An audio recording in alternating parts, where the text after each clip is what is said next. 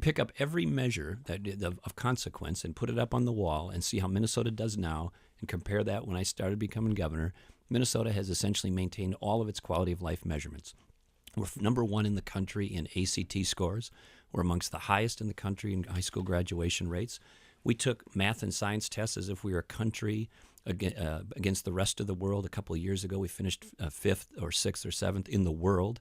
That's dramatically better than we did in the 1990s when we finished in the mid-teens or high teens. We were top 5 in just about every healthcare measurement you can imagine: percent of uninsured, cost of health insurance, quality of health insurance.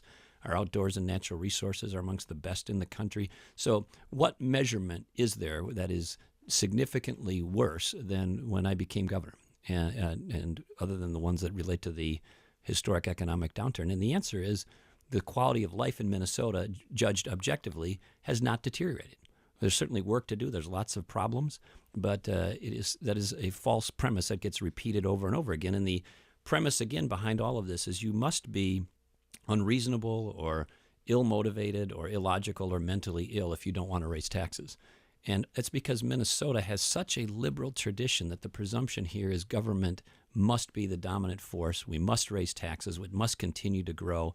And we must look to government to be the main engine of economic activity and the like. And that is very different than some of the things I believe, which is if you look to where the future is headed in terms of the economy, in terms of demographics, culture, technology, and the like, the places that are doing well are not high-cost, big government places.